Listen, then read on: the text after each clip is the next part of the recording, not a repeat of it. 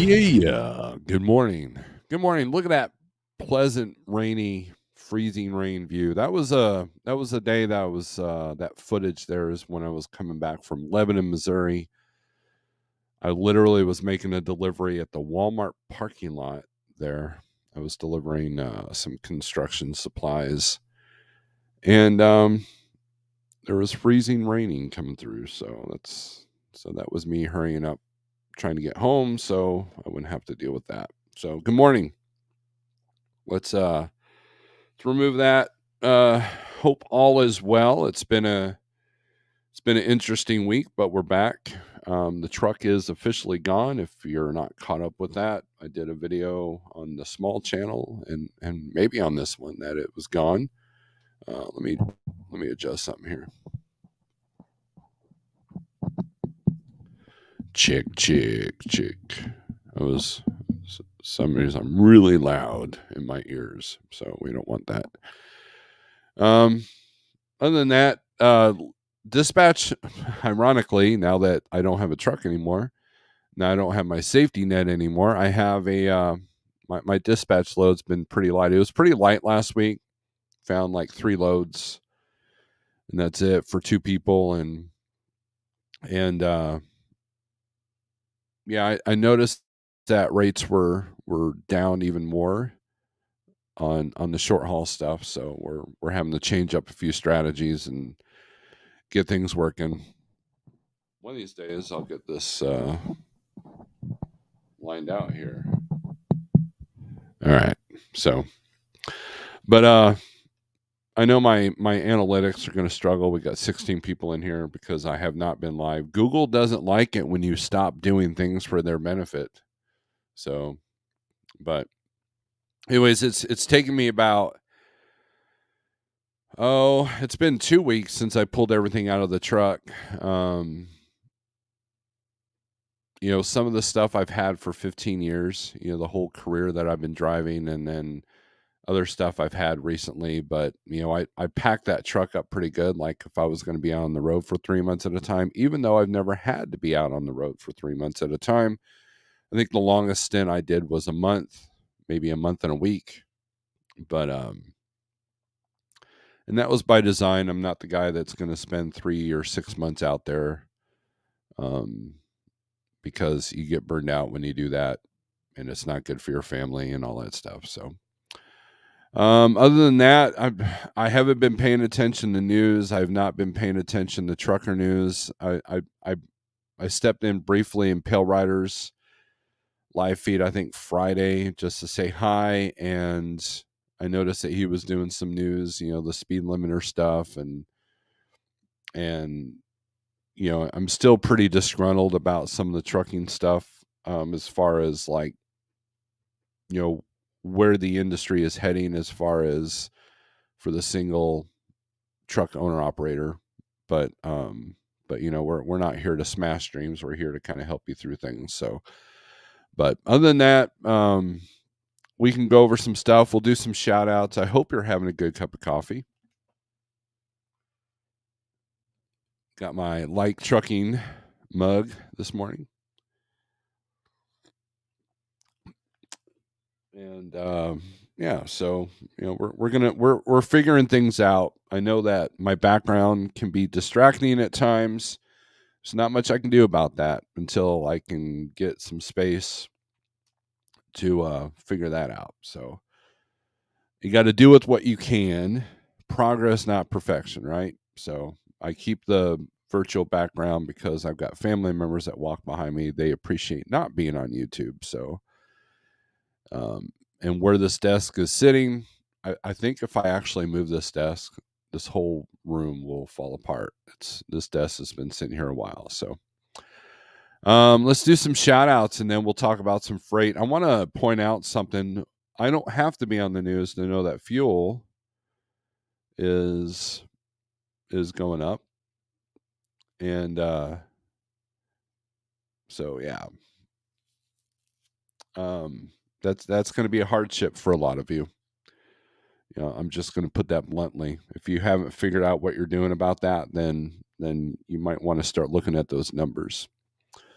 So fuel is one of those numbers that can creep up on you without you, if you're, especially if you're not paying attention.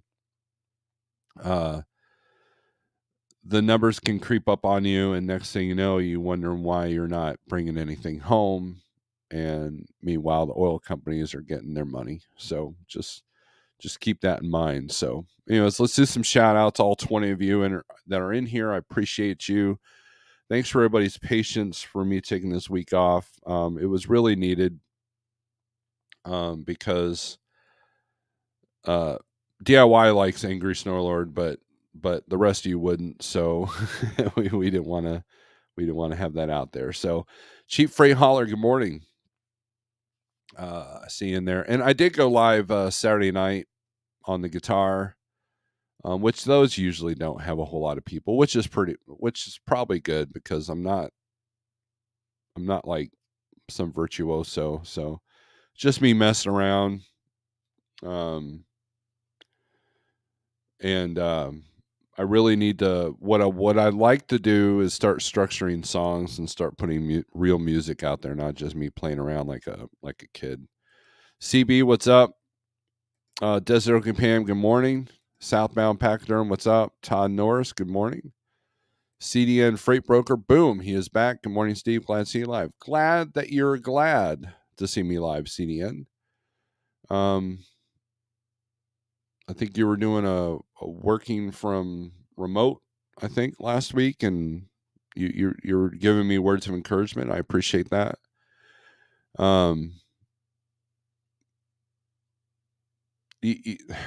So one of the things I learned this past weekend was you got to have people in your corner. You got to have people that you can talk to. This lone wolf introvert mindset is not going to get you anywhere. You got to find positive people to, and by positive, I don't mean the people that think everything's peachy king, and everything's great when it's not. Giving you words of encouragement with the sunset on the beach, and words of wisdom. That's not the kind of positivity I'm talking about. I'm talking about the kind of people that are genuinely interested in you, in helping you become a better person, because they see you trying to become a better person for yourself. And I went to this conference Saturday that encouraged. It was like a men's conference, and it was like one of those deals where it talks about you got to have people that have your back, ride or die. People that have your back no matter what. And what I've really learned is that I have friends, but who do I have ride or die? And I think that, who's not going to give up on me, and I think that's the best aspect that you can look for, is who won't give up on you when you falter. And that's hard to come by. That's hard to, and the story came from the guy that led the seminar. The story came from, he was having dinner with a friend of his that had sold this company. He had like 300 some odd $1 million in the bank account, and everything seemed pretty cool. And the guy said, hey, I have all these things, but I'm not happy. And it was just about 6 weeks later that the guy talked about his friend, went and shot up his wife, and shot himself. And it was like a horrible situation. Here's a guy that seemingly had everything together, but he simply didn't have any friends. And so, but in order to get friends, you have to give friendship as well. And that's something that I struggle with, is, people call me and ask me for my advice, which more or less is usually validation for things that they've already decided on. But you need to have somebody that you can talk to. You need to have somebody that can help you, because look, life can kind of suck sometimes. And when you're sitting at a truck stop and things seem hopeless, you got to be able to talk to someone that's going to give you hope. And I think that truck drivers are very susceptible to this kind of depression. We don't eat right, we don't sleep right, our cortisol levels are jacked up, and we're all hopped up on monster drinks and dopamine, and that depression sets in, and it's not a good time, and you need some support for that. So just a little friendly advice, make friends, talk to people, stop listening to negative influences on the social media, and do something that's healthy for you. So Truckers Anonymous, good morning. WCF Invader, smashing great morning, and the Dispatcher King, owner, operator, master, and general master of safety, aka Snorelord. Glad to see you from afar. Thanks for making me giggle, if you can call it that. Don is always pretty positive when I talk to him, so he's a good dude. So hopefully we can help him find some freight this week. Trucking with T-Bone, good morning. Trucker's giving me the thumbs up. Alfalfa, good morning. Rockin' Robin Trucking, good morning. Music City Transport, fuel up, rates down. Seems to be a trend these days. Finishing up a stadium tour run today. Well, good deal. Stadiums are probably fun to get in and out of, right? So let's take a look at some things on the line. Let's talk about the fuel for a minute, and we'll share the screen here.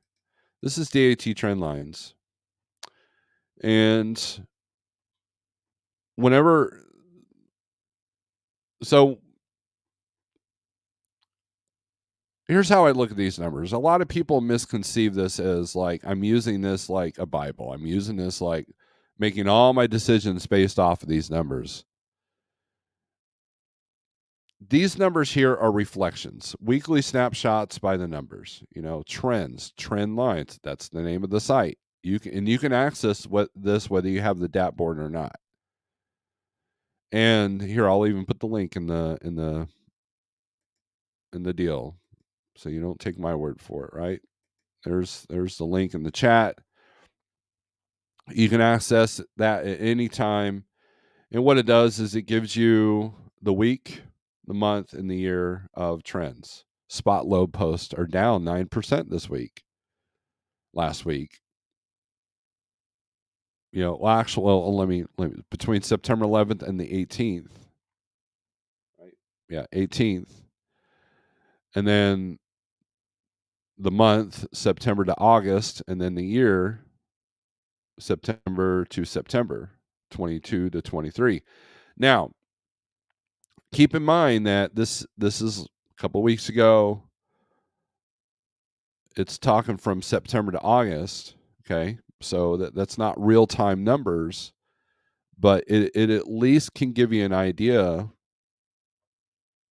of what direction things are going. Now, August to September, with freight spot load posts being down 34%. What causes that, right? Well, number one, you have a lot of freight brokers that are not using the DAT board because of all the scamming. Does that mean that there's less freight? There's less freight on the DAT board. Okay, this is to the DAT board, this particular number here. And it could be anything that, and you gotta, like, I have so many saved bookmark links of different parade sites, different Go Highway sites that the brokers are now using. It's like the DAT board becomes almost a last resort at this point, because I go through all the brokers that I already have relationships with. I go through all the brokers for like trucking trucks, and I see a lot of I see a lot of these posts. I mean, all the big brokers are doing it. Some, even the smaller ones, are getting on board with GoHighway.com and all that. So this 34% right here is probably that's probably a contribution to the spot load post down. Now, spot truck posts, they're up 1.9%, but they're down 30%, which maybe trucks are not seeing the results of posting their trucks on the DAT. Maybe they just are it's been pointless. Like if you're posting your truck in Miami, Florida, you're not gonna have anybody calling you. You're not gonna have anybody emailing you, right? Post your truck in Columbus, Ohio, that might be a different story. But they still probably won't call you because they don't need to call you because load the truck and van is down 13%, down 4%, down 23% for the last year. So that means they don't have to call you. That means they can drive the rates down. You know why? Because they can. There's too many trucks. And any news source or any company or organization that tells you that there's a truck shortage, they're lying because they want to keep these rates down. That's the intent of that. There's a driver retention problem, but there's not a driver shortage. And so you have to look at the intent. And so if the ATA says there's a driver shortage, don't trust the ATA. If OOIDA says there's a driver shortage, don't trust OOIDA. If FreightWaves says there's a driver shortage, don't trust FreightWaves. Because this is how we drive rates down.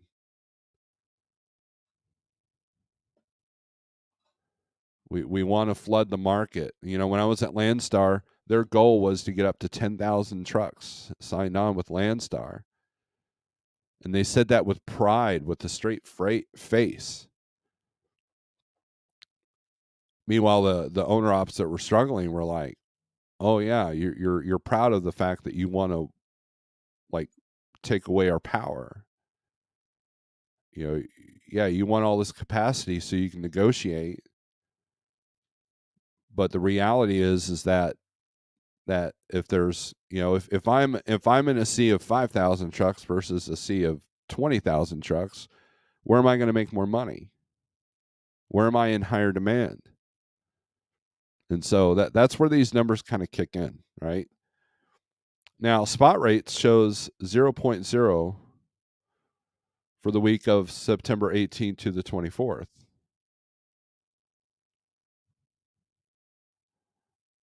And they're up actually for the month of August to September, which I did see that. Not much, not enough to save your business if you're struggling right now, but enough that, you could afford a sandwich or two, right? But it's still down 4%, 14% for the year. Look at flatbed spot rates keep it had a tiny, like, I don't even know what caused this bump up, but down 13%. Now, part of that down 13% for the year for the flatbed rates could mean that maybe a lot of stuff hit the contract side. But look at the flatbed load to truck ratio, down 50%. And that's why flatbed rates are in the can.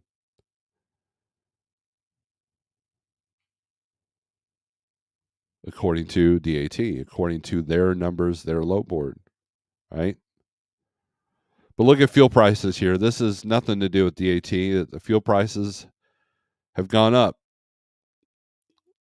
and they're only down 8% for the year. So we're already hitting last year's highs. We're starting to get close to that,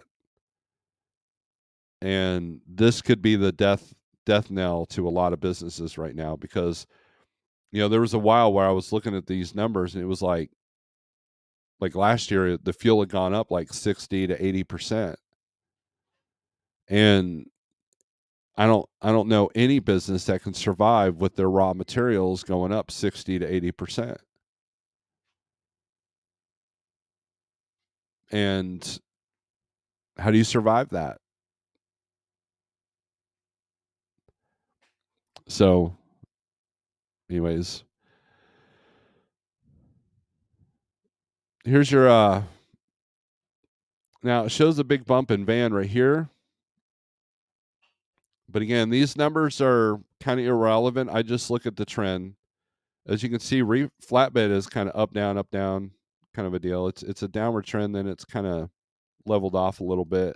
But then reefer is kind of going up, which should be this time of year. You got harvest on the produce side. You got a lot of pre-made processed foods that are for the holidays that's being shipped right now, and um, so and so this is a normal bump that we see September, October, right? This is a normal bump, and so it's good to see some normalcy, but I don't think it's enough to save businesses.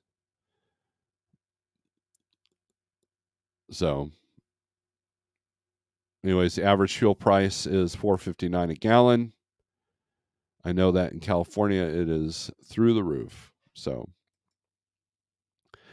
anyways, let's do some more comments, and then we'll get to the 1, 2, 3 low board. If you replace WTF with whatever in your vocabulary, you will be surprised how much more enjoyable life gets. I I, I agree. I agree with that. That's kind of a stoic approach. Most importantly, use spot market rate info to help you give an idea for a rate in a lane. If an owner operator is planning to run a new lane, educate yourself to know the rate per mile to determine if you can run it. Absolutely. That's what this information's for, is to really look at, like this load availability map.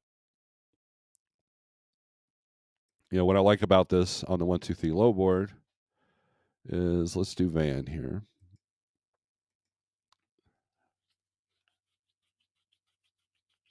You kind of see the areas you want to run, right? So a lot more yellow in this area. Kansas and Colorado and Arizona are yellow. A lot of times they're red in van. Um, West Virginia is always red, so I don't know what it is about West Virginia. So no one wants to do business there. It's an expensive last resort. Let's see. Good morning, all. Good to see you back, Snorelord. Thank you with both feet. I appreciate you. Headed to St. Elmo this afternoon. If everything works out, we'll pass through Springfield tomorrow about supper time. Would love to meet you and buy you dinner. That'd be good. My email's in the description there. You can contact me that way. Um, so yeah, holler at me, and yeah, maybe we can hang out. CN freight broker carriers are their own worst enemy. Why driver retention is an issue. A lot of carriers do not treat drivers with respect to show the God side of trucking. I probably meant good side of trucking. Well, as like a recruiter, and this is something I knew in my CDL school. They had recruiters that showed up in class, and and I already knew what the lifestyle entailed. I already knew that because of my history with my dad. I've been on the road with my dad. I knew what his struggles were. And so this whole, like, for example, Covenant had a poster in the hallway of the CDL school. It was like, it showed this beautifully made bed and this beautifully clean, sleeper, and how awesome that was, and how they've updated all their equipment, and they made it sound like they did it for you. No, they did it because the trucks were getting old and they needed to update their equipment. I saw right through that poster, right? I saw right through their intention on that. And so a lot of those tactics I never fell for. If you're some guy that just came out of the office and or had a factory job, or you got tired of working at restaurants and you want to see the open road, these recruiters things make it sound like you're going to tour the world but with a paycheck. And what I looked for with the recruiter was who were the ones that were honest. And I went with the company that was the most honest. So, and they had a genuine, um, they had a genuine concern that to make sure that I was happy and I was getting what I was promised. The recruiter said, "Hey, if you're not getting the miles that I promised you, if anything has happened that isn't what I've told you what it was going to be, then you let me know." And great lady, she doesn't work there anymore, but I mean, just that's the kind of people that you want to surround yourself with. Recruiting for like trucking is fairly easy. Our paychecks are pretty standard, and the spot market's a spot market. Most of the time it's how you deal with it. So just but I think that you couldn't get these big run on CDL mill students that last for 6 months and then get out of the trucking. You wouldn't have a lot of that. It would decrease a lot of that if companies were more honest about what you're actually going to go through out here. So,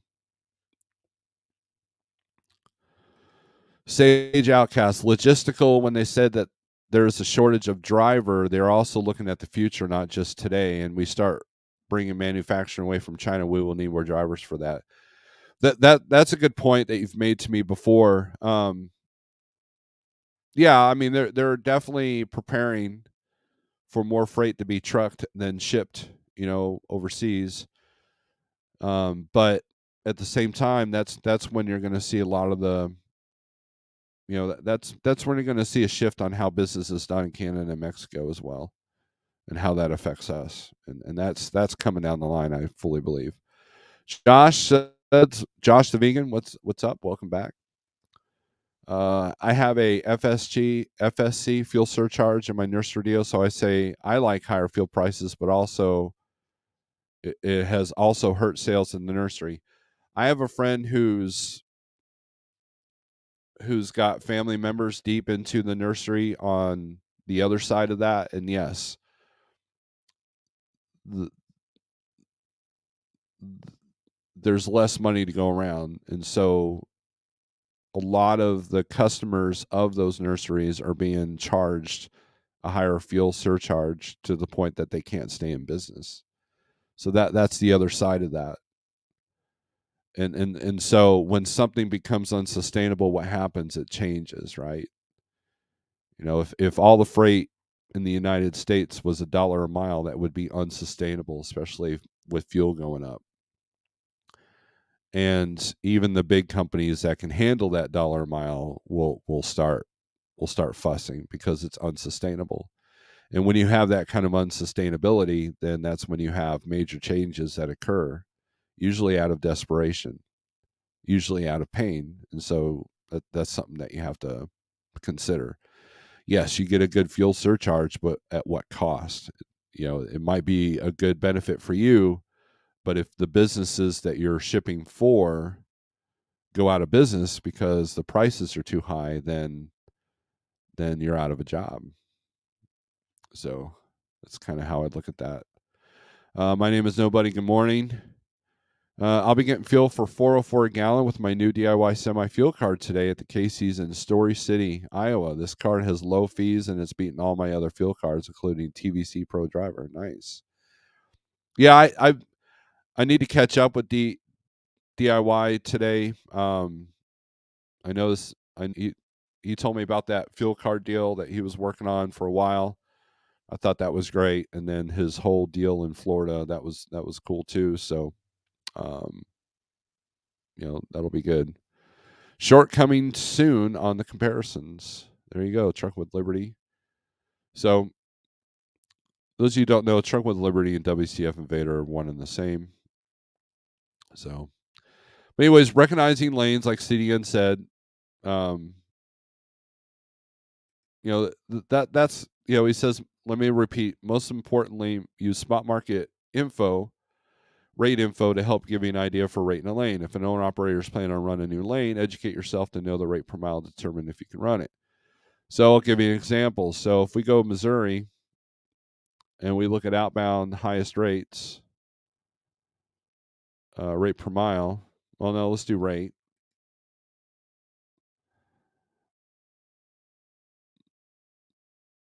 You're looking at an average between $1.80 to $2. And each of these $2 go in the Reno. So when you look at, so we'll click on that.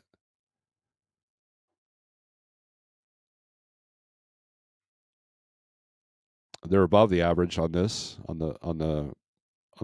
the cargo chief. But then here's something else that you do though. So you look at, so close that. Now let's look at Nevada. Well, Nevada is red. Highest paying load is $1.60 a mile.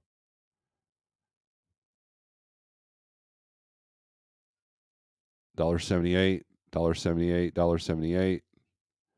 Now this $1.78 to go from Reno to Grove City, it's actually not bad if you're getting way north of 2 to go in. Let me see if that's got multiple stops.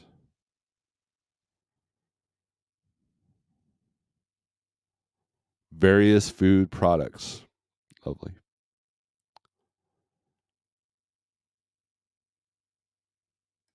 So, but just recognize that you're not going to get as good a rate from one direction to the other. And in this market, you're going to hit a dead area. It's you're going to hit an area that's got less coming out than in, or vice versa. So,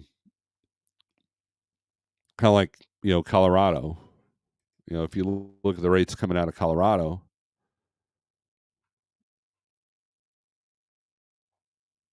a lot of LTL coming out of Colorado. All right, Colorado Springs to Sparks, Nevada. They don't have a posted rate, but you're looking at somewhere between $1.90. That's actually fairly high for coming, but you're going to Nevada. It's not like you pick a logo in Ohio.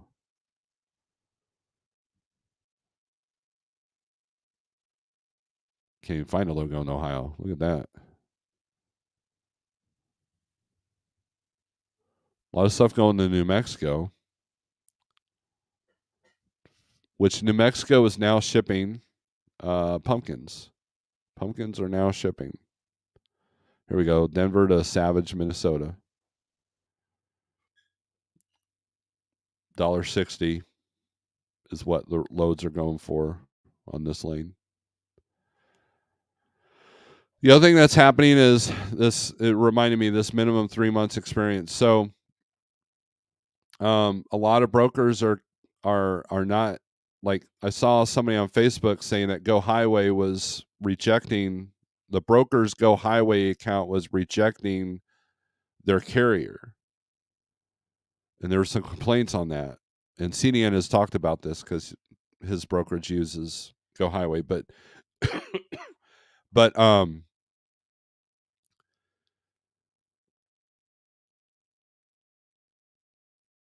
because the abundance of drivers and trucks to loads, the brokers are being a lot choosier. They can afford to. Also, it means that the game is changing. And and look, if that particular agent says you got to have this, this, and this, and this, and this, there's not much you can do if you don't have any of that. Like inspections or history, things of that nature. If you're just doing a standard load of bottled water, they're probably not going to have as many elements to that as say, a high value electronics load. And so a lot of that stuff's not even getting posted because they want to work with the carriers that they've worked with before. So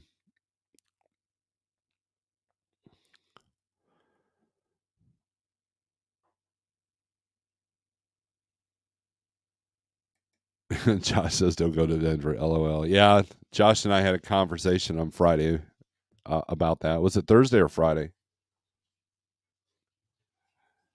Look, sometimes the best paying loads going to Colorado. So how do you deal with the other side of that? And so the conversation Josh and I had was here's the um, strategy when I do go to Colorado, because again, if you're trying to keep, like, I had a truck that went down to Georgia and back. And now the load coming out of Georgia wasn't the great, but the load wasn't the greatest, but load going down was good. And so it made him north of a certain number that he wanted to be at for the weekend. And it's good money. And so, that's why I say never go to Denver or never go to Atlanta or never go to Miami. Just be aware of what it takes to come out of those places and be willing to deal with that. And that's where this information that I'm showing you comes in handy.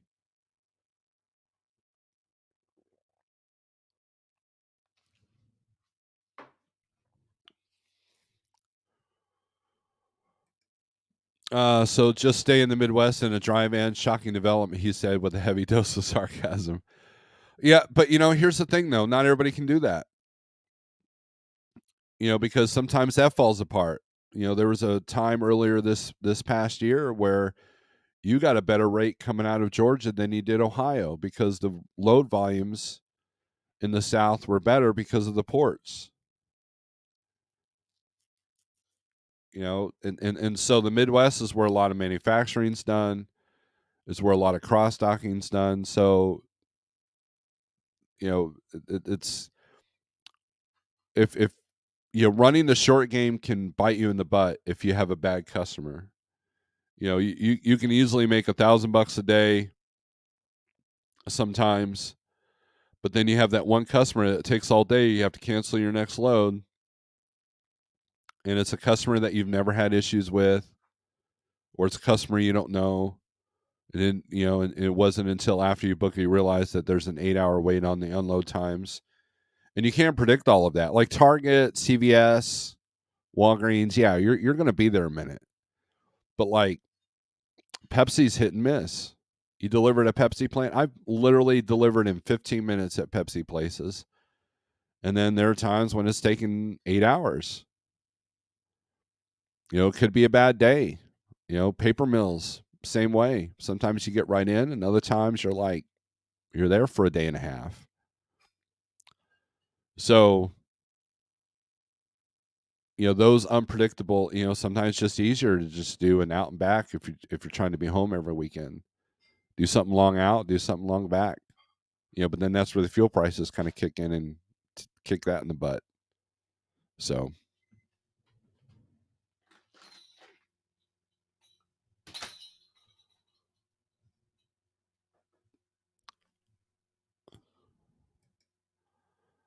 Thursday, it was Thursday that we spoke. Yep.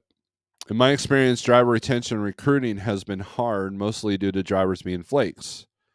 Most of the drivers that apply for me are newer. I'm in a fairly unique niche area. I will agree with you on that because I have a friend, she is a recruiter, and she has literally set them up all the way up to the plane ticket and then no call, no show. And over and over and over. So for every 10 prospects, she might get one that lands. And because, well, I mean, you have to look at, well, why is that? Why are drivers doing that? Well, number one, a lot of drivers have the grass is greener mentality. One company is better than the other. And I know people in my circle that literally have switched jobs 15 times in the last 5 years. And it's, how do you gain consistency with that? Even as a company driver, if you're constantly changing companies, what are we doing here? So now that the companies can be picky, they're not even accepting applications for people that have switched jobs more than 2 or 3 times in one year. So keep that in mind as well. I've had several new CDL drivers from CDL schools that seem to think trucking should be normal hours with a little effect on family time. And yeah, that's a misconception. Now it's closer to that now than it was, say, 10 years ago, especially 20 years ago. When you got like companies like Schneider and JB Hunt doing regional, I have several friends that work for JB Hunt, and you were home on your 2 days off regardless. They would deadhead you home, so they kept you in a 500-mile radius. And so that was the closest you can get to a Monday through Friday 9 to 5 type job. And the big companies recognized that that's how they had to kind of lay things out. And so that's why a lot of freight is regional. You're if you're at JB Hunt, you're not doing loads from Maine to Washington or California to North Carolina. Those are rare. I mean, JB Hunt has those, but they'll put it on a rail, and then it's the short haul guy that takes it from the rail to the customer. So I mean that's and so if you want to work Monday through Friday kind of a deal, you don't want to be OTR. And so you have options now. Whereas there was a time where, oh, you want to be home every weekend? Well, good luck with that. Now there's dedicated accounts. There's service accounts like what Crete and Schneider do for Walmart. Those kind of things that enable them to hire those type of people. 10, 15 years ago, when you became a truck driver, it was understood that you were literally changing your entire lifestyle. That like you went into that knowing that. Now there's this illusion that you can have some sort of normalcy, and there's a lot of jobs where you can, but still it's not as easy as people make it out to be. There's still a lot of wasted time on short haul stuff too. A lot of dock time. I'm local and regional, out one night and back. I pay decent and train well. Gone through 5 drivers since March and 20 plus applicants not respond well. Isn't that interesting? So again, it's not a driver shortage; it's a quality driver shortage. I'll give you that. And driver retention. And to be honest, when you have a faction of people that are their own worst enemy, how do you keep a hold of that? How do you hold on to that? So, see, as an agent, seeing the onboarding process is more in depth and time consuming with GoHighway.com, I would sooner go with an approved carrier. Exactly. I know that RMIS, you have to pay for every time you onboard somebody if you use that service. So, I've had many times that a broker, will wheel and deal, and then he'll find out my MC number. Oh yeah, we can't use you. I'm not. We're not taking any more new carriers. And it's like, well, maybe you should have put that out before we started wheeling and dealing. And then you have different agents for the same brokerage that will tell you different things for different customers. So, that's an aspect too. There's so many things stacked against drivers right now.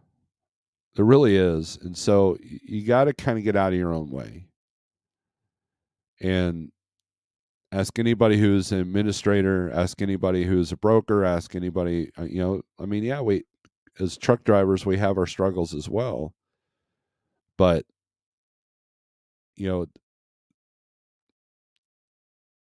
there's definitely some hardships on both sides. And finding good quality people that won't burn you, that's getting harder and harder to find. Respect and accountability and is a thing that's dying pretty quickly, and has been.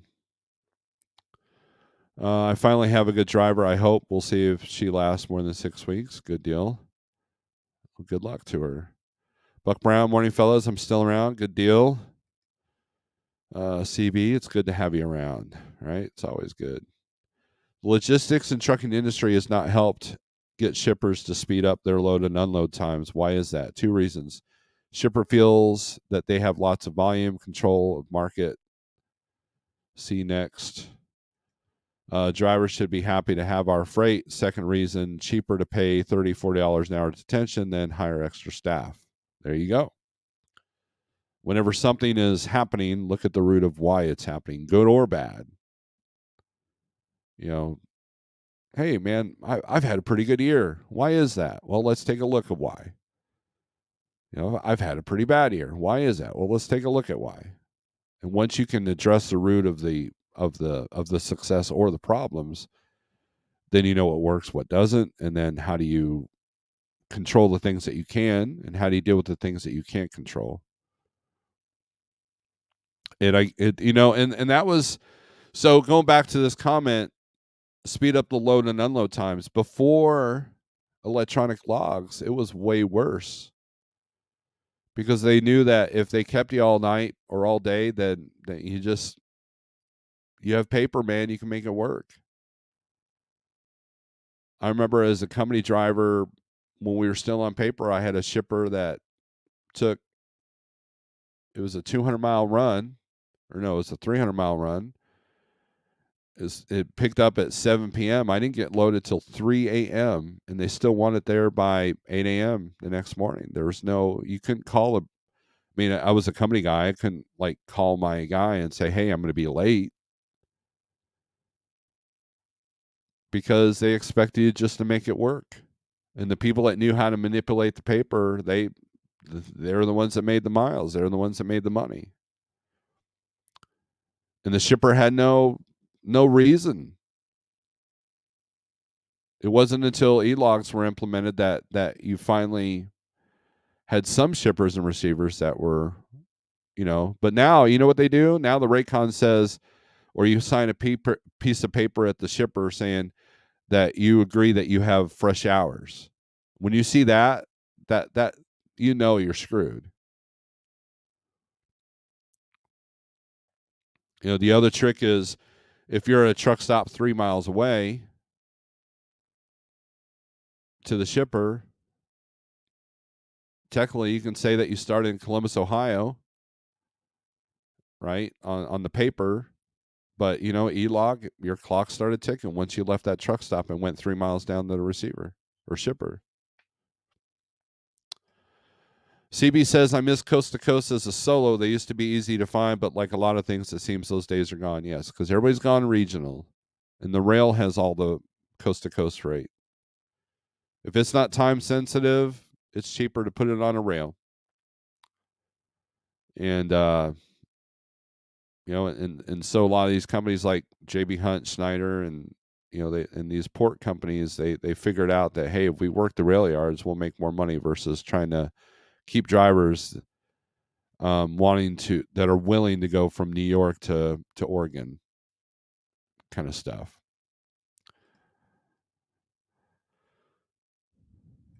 Contentment is key. Many things to be positive about. Don't dwell on negativity. That's true. It's true, Don.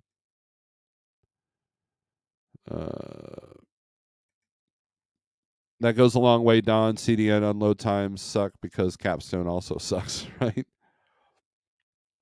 And these are things that are beyond your control, right? And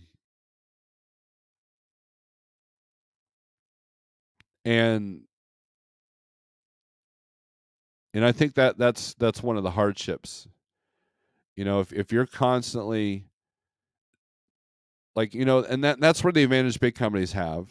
Like a big company can go Walgreens always takes 8 hours to unload, so let's just drop our trailer there. And so you have to have equipment to be able to pull off stuff like that. So now you're not waiting 8 to 10 hours for each load. But a live unload, the Schneider guys that have come over here will tell you that that's a big adjustment. Is to go from drop and hook. Hell, I was 80% drop and hook when I was at Schneider. And so it was easy to book loads. Click and go, didn't have to talk to brokers or agents. And drop and hook. Long as the trailer wasn't a piece of crap, which was getting more and more difficult. When you have a pool of 50,000 trailers, there's going to be a few things that are going to go neglected. And so that was that. Now instead of the headache of live unloads, taking 8 hours, now you had the headache of picking up a trailer that had two bald tires and a locked up brake. So it's you trade one problem for the other. Either way, you can't control it. You can only control how you react to that. So these are the van rates, um, or van availability. So let's look at reefer.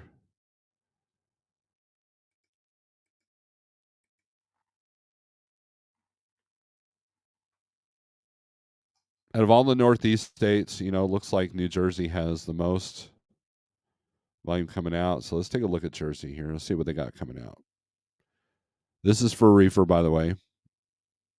351 to go from Logan Township to Johnstown, New York, which I believe is in the city there. No, it's not. It's upstate. $1,000, 285 miles, frozen. Picks up at 7 a.m. Delivers at 18:35, so it's a night delivery. But look at this. Look at the scheduling here. All right, so on the surface, this looks like a good load, right? Oh, it says October 5th on the delivery as well. Okay, so this is straight through delivery. Makes for a long day, but that's $1,000 for only 285 miles. I thought it said delivery 10/8 instead of 10/5. Say 3 days on a 200-mile load. That's ridiculous. Here we go, Trenton, New York, or Trenton, New Jersey. I'm sorry, going to Milwaukee. They're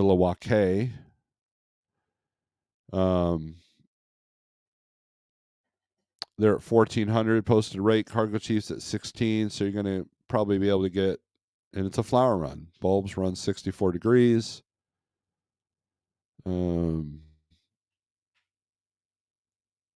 First come, first serve. It's showing with 902 miles, so you can haul butt and get it delivered the next day. But you're looking at, they're at $1.55. You're looking at between $1.80 and $2 if you're lucky.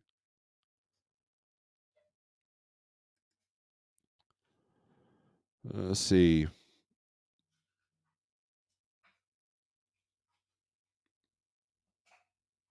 Here we go. You want to go to the Bronx for $835? So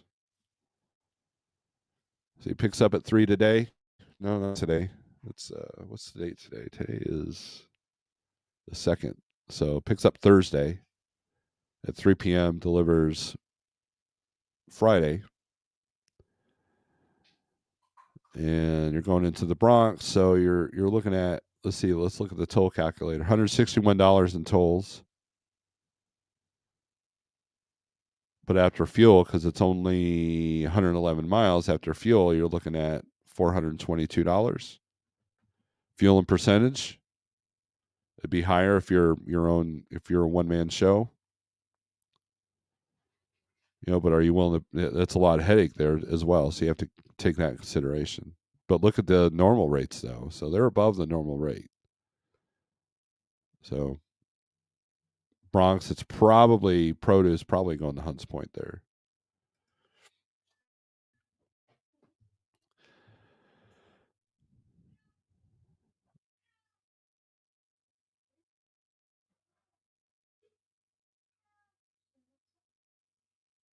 Your best paying stuff is going right back further into the Northeast. So, but your long haul stuff, let's take a look at something long haul. Here we go. Let's do New Jersey to O'Fallon, Missouri, which is St. Louis area. Two pickups in Jersey, so you probably get above average on that. 929, maximum temperature 36, minimum, so you're looking at between 34 and 36 degrees. Cargo Chiefs got it 1,600. With it being an extra pickup, I would be negotiating up to 2 for this, which make it $1,000 a day What's your tolls look like? $180 in tolls after 20%. If that's your carrier, you're looking at netting $432 after fuel and tolls.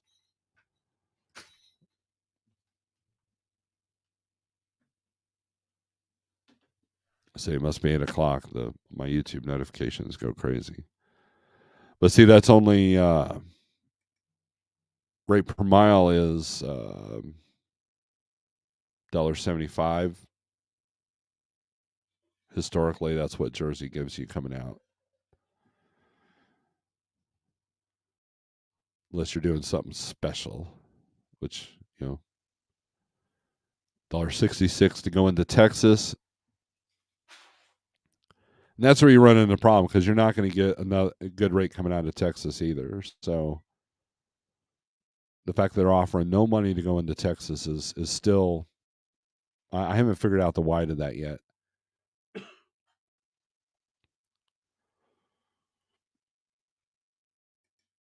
James G, good morning. I'm still looking for a driver, owner, operator. Yes, James G. If you email me, I can get you I can get you to him. He is looking for an owner operator for a dedicated thing that he's got going on at his company. Didn't the Bronx get flooded last week? Absolutely. Actually, yeah. As little as news as I watched last week, I did see a little bit on that. So, Shannon Thomas is in the house. Good to see you, Shannon. All right. Shannon's trying to do these marathon live feeds on the weekends here. Let's see. All right, so that's reefer. Let's take a look at flatbed. By the way, 48065 on the code if you want to try out the 123 low board yourself. 35 you get 30 days free, $35 a month, which saves you $10 a month for all the tools that you see here except Cargo Chief. Let's see, let's do flatbed. Don't take my word for it. Check it out for yourself. It's a low board that I do use, and it does have a lot of cool features. Oh, look at Idaho lighting up. Let's take a look at that. Let's see what's coming out of Idaho. $241 a mile to go to Greeley, Colorado. $2,400, $210 a mile to go to Commerce City. Still a lot of loads below $2 a mile though coming out.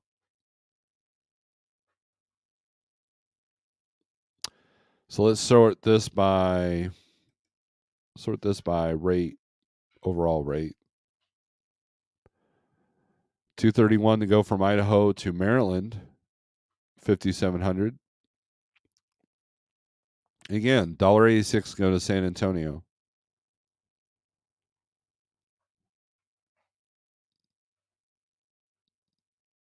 I got a bunch of those. A bunch of them. Wow, that's all there is. Here we go. Camia, Idaho, going to Wooddale, Illinois. They're at 3,300. 40,000. No lumber, no tarp required. Quick pay available. Sakota Logistics. See if they're approved by Thunder Funding. Ooh, look at that. They're not approved. Look, they're an F. 61 days to pay. So buyer beware on this one. That might be why they're paying so much better than the average. So buyer beware on that one. And they're reposting too quite a bit. They just updated it. So evidently they got a bunch of these to cover and no one's willing to work with them. That's got to suck for a broker. Oh, here we go. James put his email up there. Buy George Trucking at gmail.com. You don't even have to go through me now. You got his direct line there. Remind Reminder, it is October 2nd. We are into fourth quarter of 23. Busy to do all. Busy to do for all. Get your Christmas cards ready now to mail out December 1st. Prep for year-end taxes. Review 2023, good and bad. Meet with top brokers. There you go. Excellent advice. Texas seems like a boom and bust culture. They are comfortable with riding highs and surviving lows. Yes, I agree with that. Pale Rider, what's up? TK, hey now. Onions moving out of Idaho. That makes sense. And that might be the deal with Sakota. I wonder if that's what this is.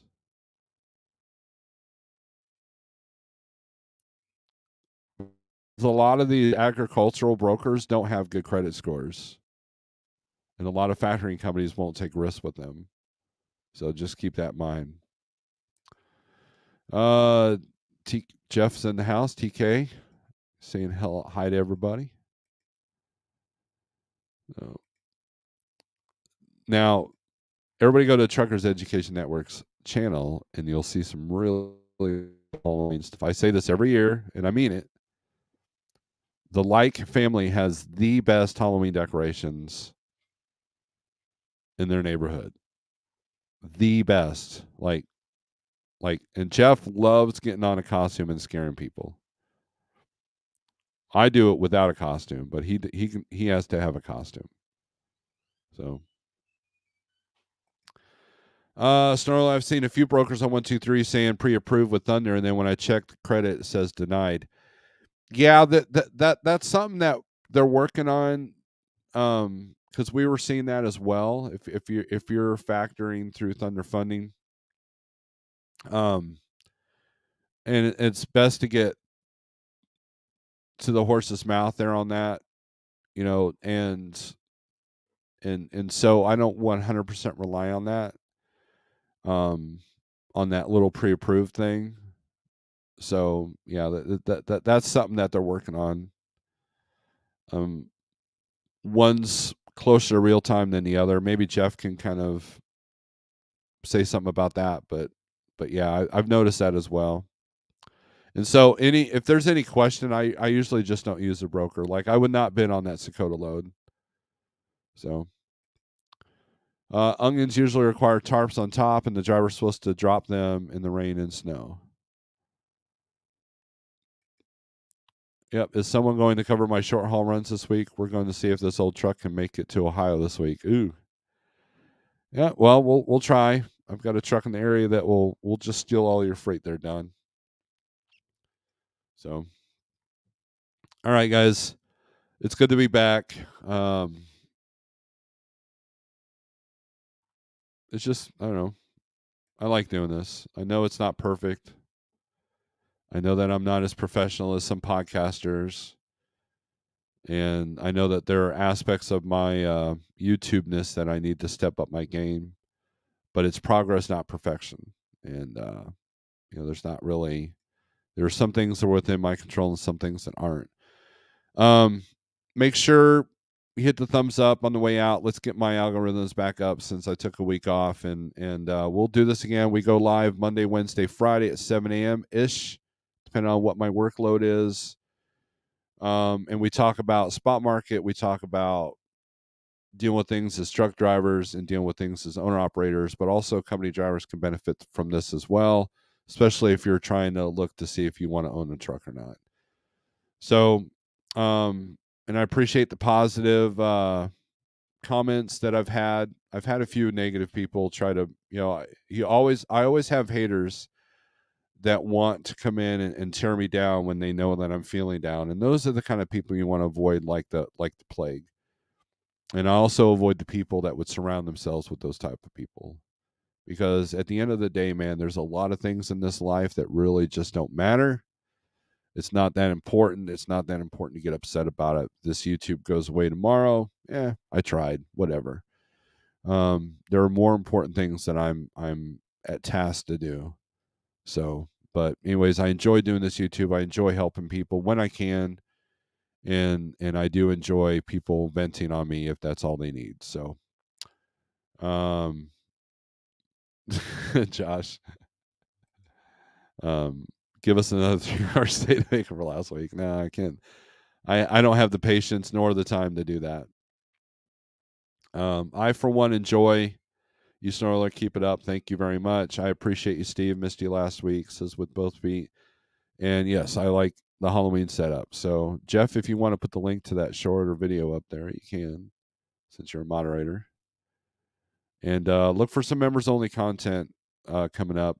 The live feeds on the guitar are usually put to members only after they're done. And there's a few more personal things I might talk about on the members only side of this. So, but anyways, thanks for watching, everybody. I appreciate all the kind words, and I appreciate the harsh words. I need to know some harsh truths sometimes. I need to know who's out there who doesn't want me to succeed. I need to know who those people are as well. So I'm grateful for you as well. So be grateful, be good, strength for today, hope for tomorrow, and aggression turns to screws later.